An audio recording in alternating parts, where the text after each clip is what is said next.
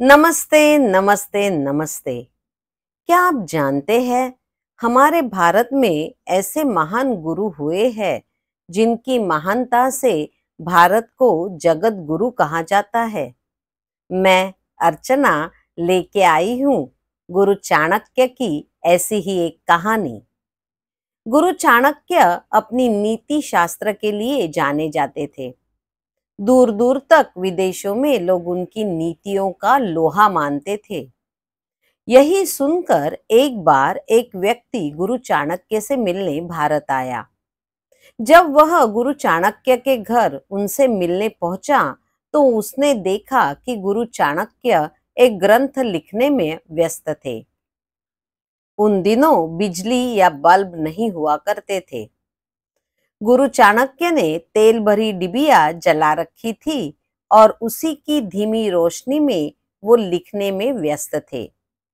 गुरु चाणक्य ने जैसे ही अतिथि को देखा, उन्होंने जल्दी से अपना कार्य समाप्त किया और जो डिबिया अभी जल रही थी उसे बंद कर दी और एक नई डिबिया जला दी। अतिथि ने सोचा कि ये भारतीय लोगों का अतिथि सम्मान करने का कोई रिवाज होगा। उसने जिज्ञासावश गुरु चाणक्य से पूछा कि आपने जलती डिबिया को बंद क्यों किया और फिर से नई डिबिया जलाने के पीछे का क्या कारण है? क्या यह आपके धर्म में कोई रिवाज है? गुरु चाणक्य ने हंसते हुए जवाब दिया, नहीं श्रीमान, यह कोई रिवाज या धर्म का हिस्सा नहीं था। गुरु चाणक्य ने कहा कि मैं एक ग्रंथ लिख रहा था और उस डिबिया के तेल का जो पैसा है वो मुझे राजकोष से मिलता है। लेकिन जब मैंने लिखने का कार्य समाप्त किया, तो उस डिबिया का जलना मेरे देश की संपत्ति का नाश है, जो मैं कभी नहीं सह सकता। और इस दूसरी डिबिया में जो तेल है वो मेरी खुद की कमाई से खरीदा हुआ है।